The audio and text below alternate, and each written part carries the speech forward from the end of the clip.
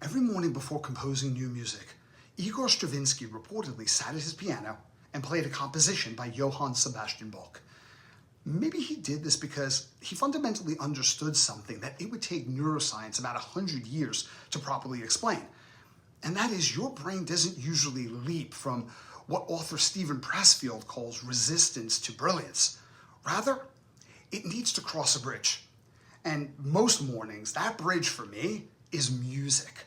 So when I sit down to write a presentation, or I'm wrestling with a research paper, or I'm trying to tackle a project that my own internal resistance is classified as, let's do literally anything else, please, I put on instrumental music that I enjoy.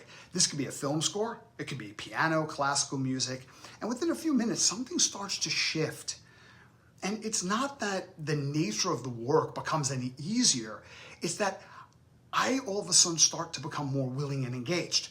So back in 2011, neuroscientist Valerie Similpour and her colleagues at McGill University discovered that listening to music that people genuinely enjoy activates the reward pathway in the brain and increases dopamine activity. And this is especially true if it's a score that you've heard before, because dopamine begins rising before listeners get to their favorite part of that score, because your brain is anticipating the reward.